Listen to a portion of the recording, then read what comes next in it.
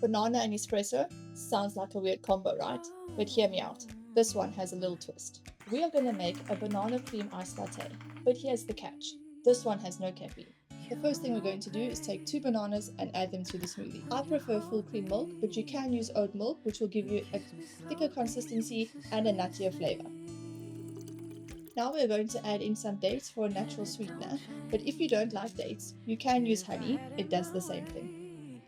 Now for the splash of vanilla essence, a dash of ground cinnamon, now some ice blocks, and now we blend it up.